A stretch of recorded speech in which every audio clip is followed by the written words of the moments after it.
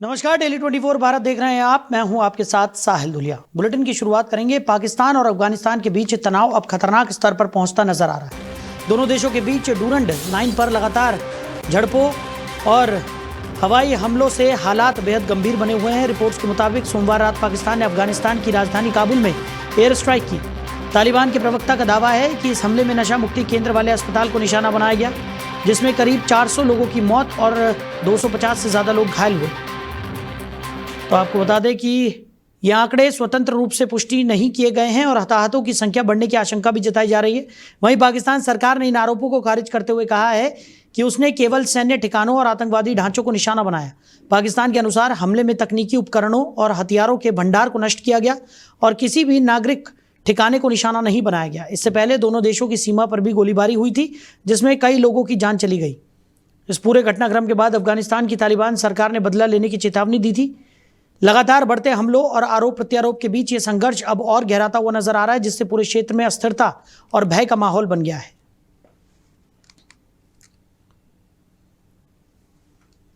तो हमले में तालिबान ने सैकड़ों मौतों का दावा भी किया है। पाक ने नागरिक ठिकानों पर हमले से हालांकि इंकार किया है। बढ़ते तनाव के बीच बदले की चेतावनी भी यहां पर जारी की गई है। तो पाक और अफगानिस्तान संघर्ष ने खतरनाक मोड़ ले लिया है और इसी खबर पर ज़्यादा चर्चा के लिए हमारे मैनेजिंग एडिटर रमेश ठाकुर जी हमारे साथ जुड़ गए। रमेश जी, पाकिस्तान और अफगानिस्तान के बीच के जो हालात हैं वो दिनों दिन बिगड़ते हुए नजर आ रहे हैं। एक बार फिर पाकिस्तान ने अफगानिस्तान पर हमला किया है, ऐसा अफगानिस्तान की तरफ से कहा जा रहा है। तो दूसरी तरफ पाकिस्तान सिरे से इस बात को खारिज कर रहा है कि किसी भी नागरिक क्षेत्र को निशाना बनाया गया है। कैसे देख रहे हैं? देखिए, सिरे से नकारना उसमें दो तीन कारण है। पहला तो ये है कि भाई कल की जिसकी हुकूमत आई है, जुमा 2 साल हुए, 3 साल हुए, इस बीच में अगर एक कोई स्टैब्लिश किसी भी कंट्री की आर्मी को, एयरफोर्स को या उनके सुरक्षा तंत्र को अगर आघात पहुंचाता है और वो सब चीजें जगजाहिर हो जाती है, तो जाहिर सी बात है पूरी दुनिया में थू-थू होगी। एक तो मुख्य कारण ये है। और दूसरा, मुझे जहां तक लगता है जी, जिस तरीके से एयर स्ट्राइक तालिबान सरकार कर रही है अफगानिस्तान की, तो मुझे लगता है इसमें कोई ना कोई कंट्री ऐसी है जो बैकडोर से इनका सहयोग कर रही है। और उसमें शक जो है ये सीधे सीधे अमेरिका की तरफ जा रहा है, क्योंकि अमेरिका शुरुआत से इसको एस्टेब्लिश कर रहा है हर तरीके से। क्योंकि पहले जब सरकार थी उसको खदेड़ना और फिर तालिबान को अंदर इंटर करवाना और उसकी हुकूमत को सही से स्थापित करना, तो जाहिर सी बात है ये पाकिस्तान ठीक से समझ रहा है। लेकिन बात सिर्फ वही आ जाती है कि अभी तक ये कहा जा रहा था जब सरकार तालिबान की वहां पे बनी थी कि पाकिस्तान और इनका पूरा का पूरा ज्वाइंट वेंचर है, एक ही है। लेकिन अचानक से ऐसा क्या हुआ कि दोनों में एकदम कॉन्फ्लिक्ट पैदा हो गया। अब ना पाकिस्तान मानने को राजी है, ना अफगानिस्तान मानने को राजी है। बात सीधे सीधे ये आ जाती कि चूहा शेर से कैसे लड़ लेगा, क्योंकि पाकिस्तान अफगानिस्तान को हमेशा चूहा समझ रही है। अब चूहे ने जो नाक में दम कर दिया है, तो जाहिर सी बात है वो तो ये ग्लोबल स्तर पर जाके ये नहीं बता सकते हैं ना कि वो हमारा पड़ोसी देश जिसके पास व्यवस्थाएं नहीं है, जिनके पास कोई डिफेंस हब इतना मजबूत नहीं है, बावजूद भी वो हमारे लिए आफत बना हुआ है। तो ये कुल मिला के यही है। लेकिन हाँ, जो तस्वीरें आ रही हैं, जो एक ग्लोबल स्तर के जितने भी अखबार, न्यूज चैनल हैं जो रिपोर्ट कर रहे हैं, उस रिपोर्ट को पाकिस्तान किसी तरीके से झुठला नहीं सकता है जी। रमेश जी, लेकिन जिस तरीके से डूरंड लाइन को लेकर दोनों के बीच में ये विवाद जो है वो गहराता हुआ नजर आ रहा है और हमला यहाँ पर हुआ है, इस बात की पुष्टि अफगानिस्तान की तरफ से की गई है।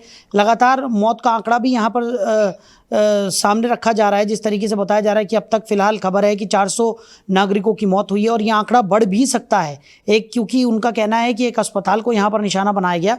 और साथ ही साथ दूसरी तरफ अफगानिस्तान की तरफ से पाकिस्तान से बदला लेने की बात भी लगातार कही जा रही है।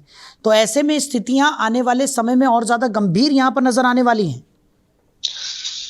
देखो, मुझे लग रहा है आपने रूरल लाइन जिसकी बात करी है, उस ही सीमा से लेके और आप काबुल तक अगर आप देखो उठा के सारी अफगानिस्तान की पार्लियामेंट, अफगानिस्तान के तमाम स्कूल, अफगानिस्तान की झीलें, वो सारी की सारी भारत द्वारा निर्मित हैं।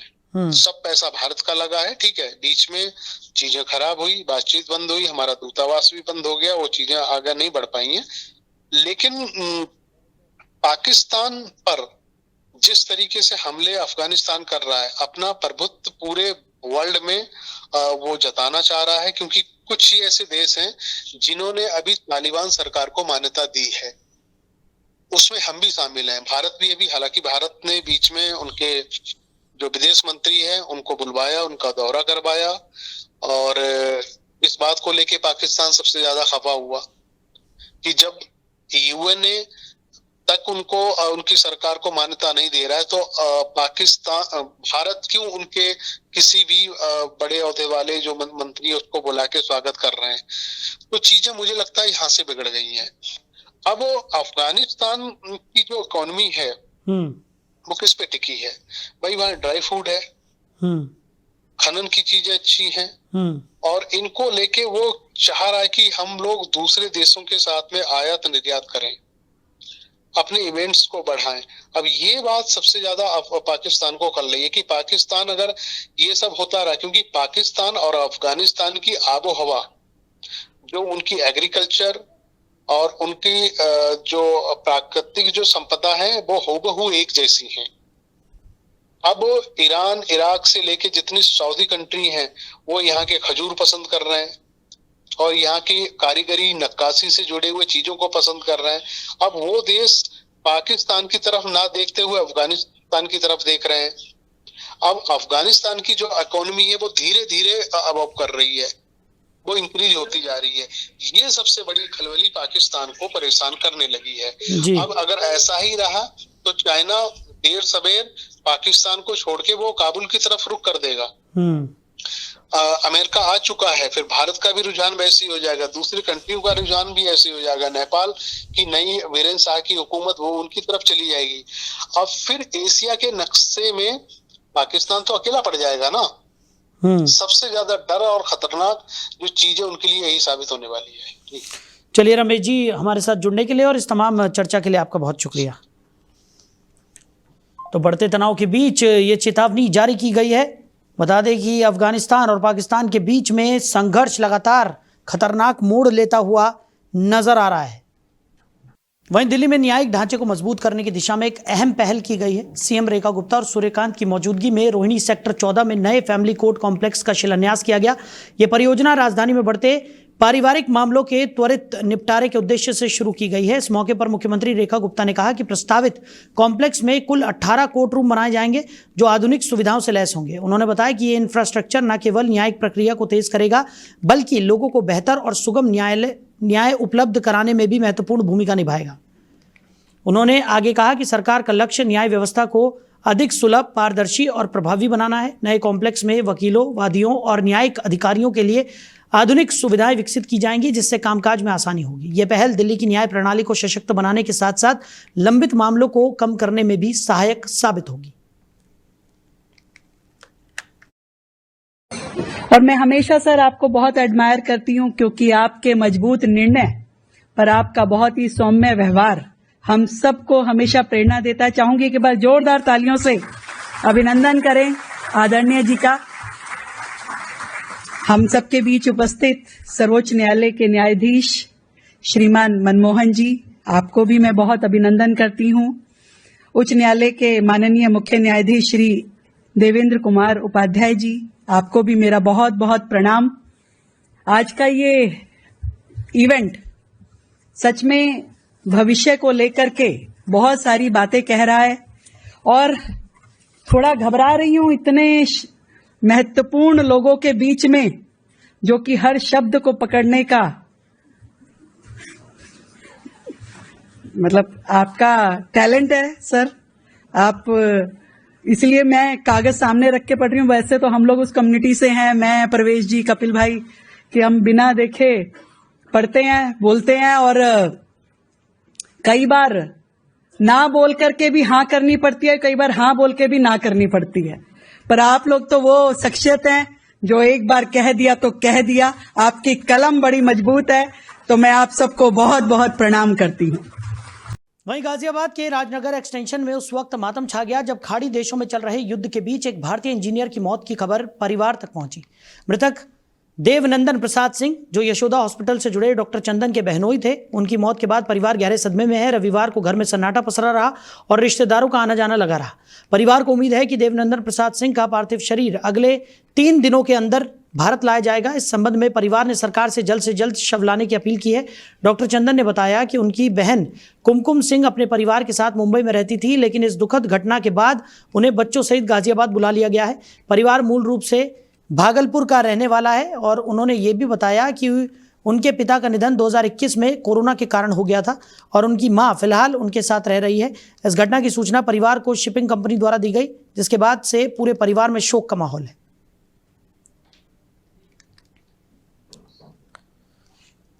तो खबर पर ज्यादा जानकारी के साथ हमारे सहयोगी अजीत हमारे साथ जुड़ गए।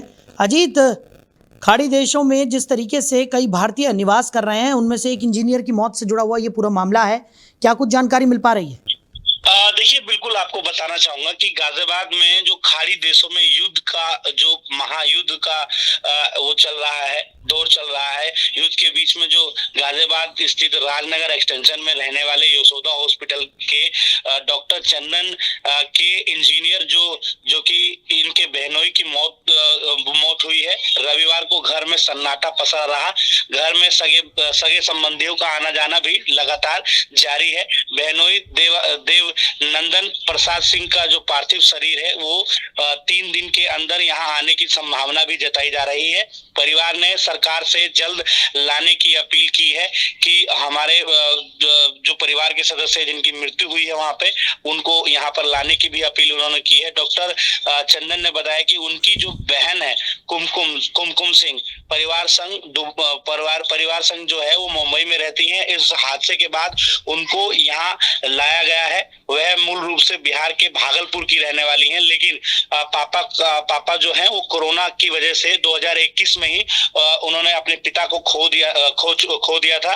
माँ उनके साथ यहीं रहती है। इस हादसे के बाद उन्होंने बहन को बच्चे संग यहीं बुला लिया है और उन्हें जीजा की मौत की सूचना जो है वो शिपिंग कंपनी द्वारा प्राप्त हुई है। शुक्रवार सुबह 10 बजे मिली जानकारी मिली है। उनका जो चचेरा भाई है उन्हें भी यहाँ पर अब धीरे धीरे सभी परिवार गण को बुलाया जा रहा है। इस तरीके की जो सूचना है, हालांकि इस पूरी घटना के बाद जो परिवार में सन्नाटा पसरा हुआ है, मातम का जो माहौल है वो यहाँ देखने को मिल रहा है। फिलहाल सभी परिवार जन की आंखें जो है वो नम है और उनको यहाँ लाने का जो प्रक्रिया है वो फिलहाल की जा रही है।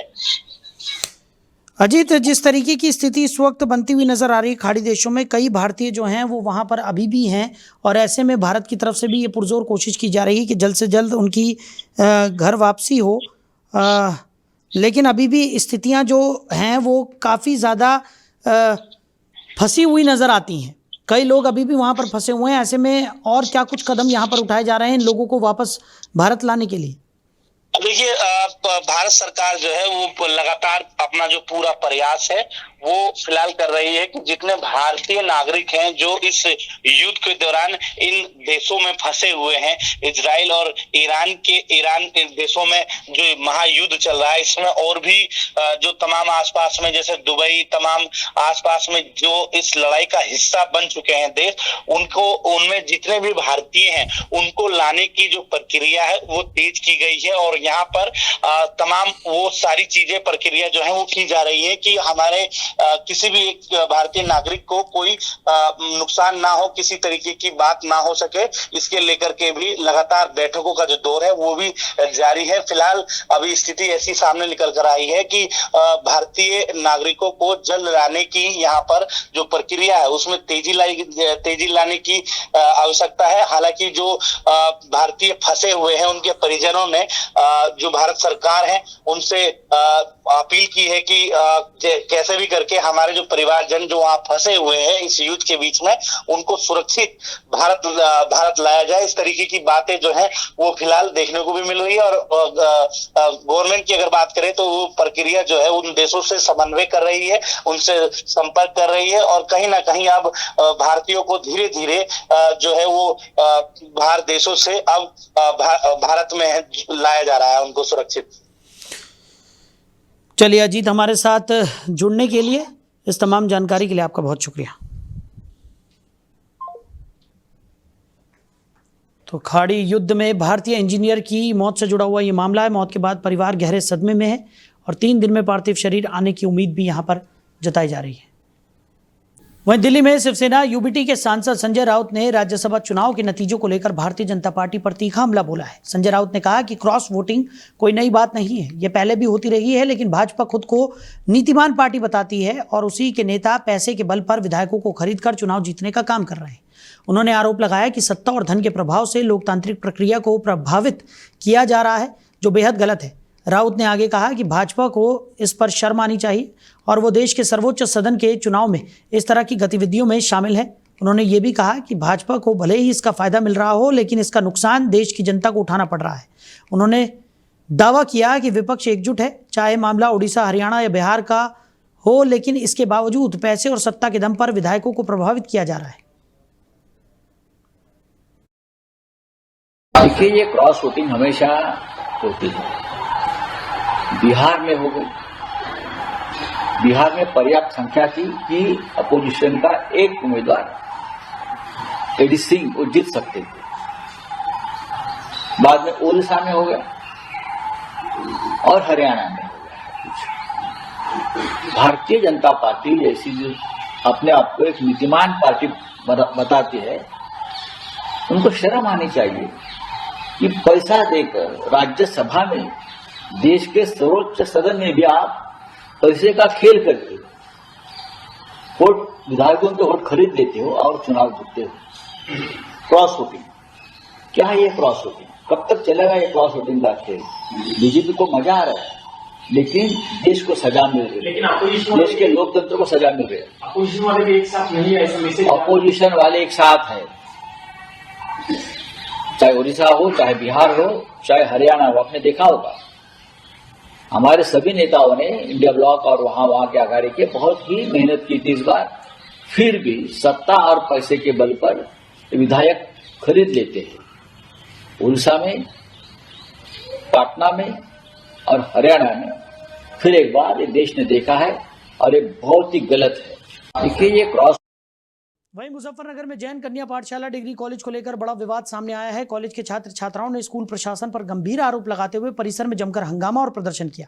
छात्रों का कहना है कि उनसे बीए छठे सेमेस्टर की फीस के नाम पर अवैध वसूली की जा रही है। उनका आरोप है कि जहां यूनिवर्सिटी द्वारा निर्धारित फीस 1930 रुपये है, वहीं कॉलेज प्रशासन 2960 रुपये वसूल रहा है।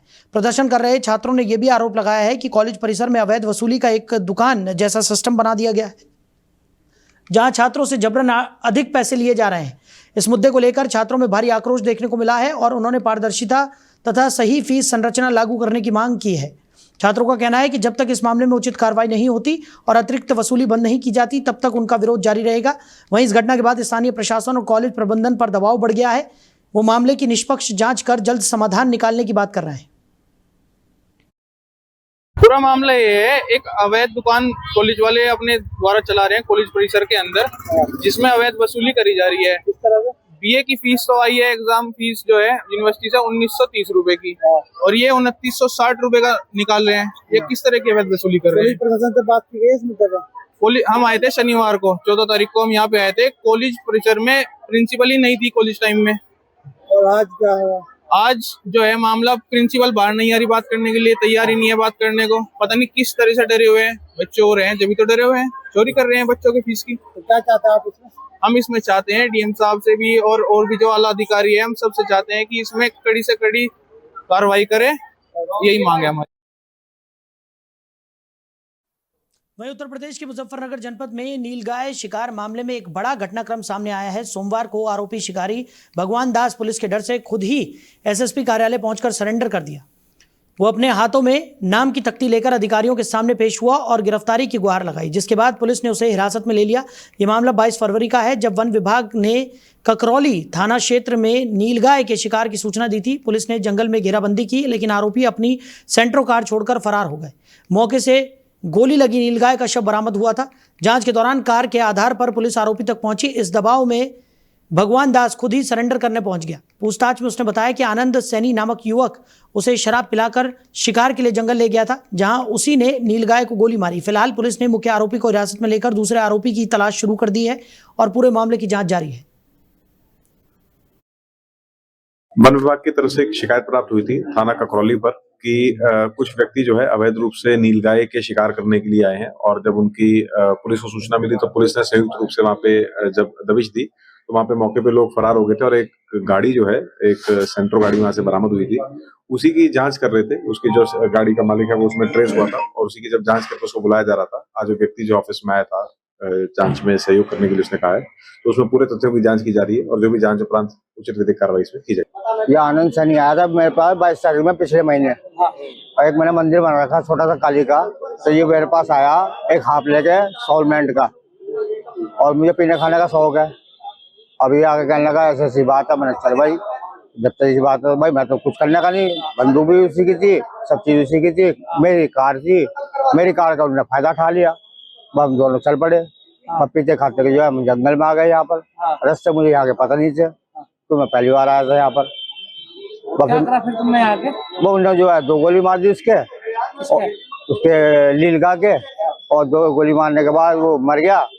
वो लोग कहने लगे इसे पकड़, और मैंने कोई पकड़ने लगा, मैं नशे में था, और वो काटने लगा, उसके पीस करने लगा। इतने में जंगलात की पुलिस आ गई और वो भाग गया। मैं अलग भाग गया अपनी गाड़ी छोड़ के, वैसे जंगल के रास्ते मैं अपने घर पहुंचा।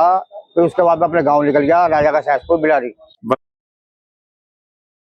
वहीं दिल्ली में अवैध कारोबार के खिलाफ बड़ी कार्रवाई करते हुए दिल्ली पुलिस क्राइम ब्रांच ने बाहरी दिल्ली के मुंडका इलाके में एलपीजी सिलेंडरों के काले बाजार से जुड़े एक बड़े रैकेट का भांडाफोड़ किया है। गुप्त सूचना के आधार पर पुलिस टीम ने एक गोदाम पर छापा मारकर भारी मात्रा में गैस सिलेंडर बरामद किए। कार्रवाई के दौरान कुल 610 एलपीजी सिलेंडर जब्त किए गए, जिन्हें नियमों के विरुद्ध अवैध रूप से जमा किया गया था। जांच में सामने आया कि इन सिलेंडरों को अधिक कीमत पर बेचने की तैयारी की जा रही थी। मौके से जरूरी दस्तावेज और अन्य साक्ष्य भी बरामद किए गए हैं। छापेमारी में अलग अलग कंपनियों के सिलेंडर पाए गए, जिनमें इंडेन, भारत गैस और एचपी गैस शामिल है।